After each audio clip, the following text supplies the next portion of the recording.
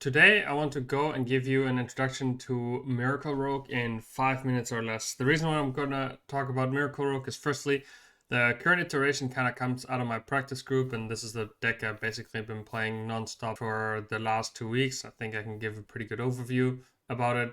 I'm gonna make this few different steps. The first step is going to be the mulligan. The second step is going to be card replacements. And the third step is going to be a little bit of tips and tricks. I'm going to try to get this all done in under 5 minutes. So let's get right to it. This is the current list that I'm going to be using.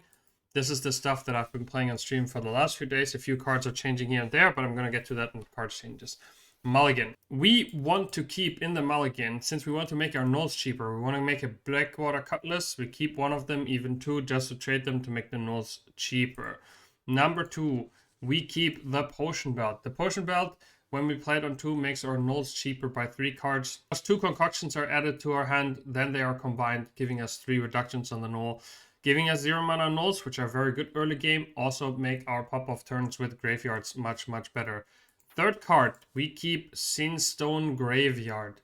And that is our basic only keep for this entire deck. Then the other card that we can keep, but we must not always keep, is the Wild Power Null. We keep that card if we have an efficient way to make it 0 mana, which basically means if I have a Cutlass, I'm on a coin, or if I have a Potion Bet, I will always keep the Null because I can make sure that I can make it 0 mana or 1 mana. Either one of those is fine, but that's your basic mulligan. Throw everything else away, forget about the rest. You even throw away the nulls if you don't have any of the other cards that help you make your null cheaper. Because if you can't make your null cheaper and you have to play a 3 mana 3/5 rush in the middle of the game, it's going to be very bad for you because you simply don't have the opportunity to pay 3 mana for your cards that are in graveyards and spawn new 9/9s with stealth.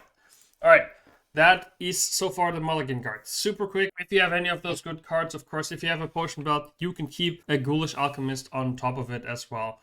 But that's also only if your mulligan becomes any better. If you have any more questions, come by the stream, give me specific scenarios, I'll be happy to answer them all. Alright, next up, card choices. You certainly see I am playing double Gone Fishing, I'm playing double the Door of Shadows, and I'm playing Serrated Bone Spike. I am very much against playing any burn cards in this deck because it makes your Door of Shadows, when it is infused, makes it a lot worse, and this is a super valuable key component for your card. You can try Wicked Subs as well, but one of the card replacements I can recommend is another Bone Spike, which works really well if there's other more board-centric deck on the board, as well as outside of Top Legend.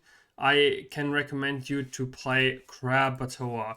I personally didn't like Krakatoa because when I played Krakatoa, the card didn't do so well for me because a lot of my games in High Legend, they finished on turn 5 or 6, especially when there were lots of Demon Hunters. I never got to play Krakatoa. Bone Spike is equally bad against Demon Hunters, but if you play on lower ranks, of course, where there's like more Hunters, more Mages, and you need something that swings the board or other rows to play against, Krakatoa can be a useful card to play. I personally am not going to play it. Another Bone Spike would also be useful. What cards can you replace? If you're replacing this, the first card you replace is Gone Fishing, which I think is the worst of the 1 mana spells. If you need another card to replace to make room for something else, go and replace a Ghostly Strike, but don't replace Door of Shadows, in my opinion. That was card replacement choices. If you have any more specific ones who don't have certain cards, go ahead, ask them below the video. I'll answer them, but we'll try to keep this to 5 minutes. Last thing, special play tip. Most often people ask me what concoctions am I going to take from the Potion Belt, and most of the time, and this is the general, if you don't have other circumstances that I'm going to go to in a second, the draw order is firstly, draw 2.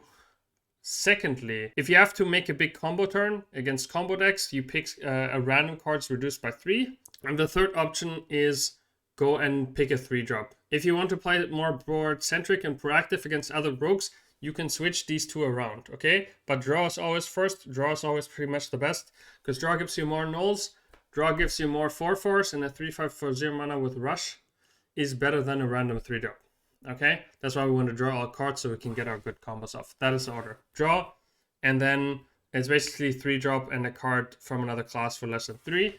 Unless you know your opponent is going to make a big stealthy boy or you play against Boon Priest, then the second best option usually becomes Destroyer. Those are the basic of this deck. Anything more I'll cover on my stream. Short tips and tricks, Shadow Step, targets, which ones are the best? The best ones are in order: Ghoulish Alchemist, Astalor, and Concoctor. Those are usually the best one. Everything else just kind of goes for it. Hope you enjoyed this really short guide.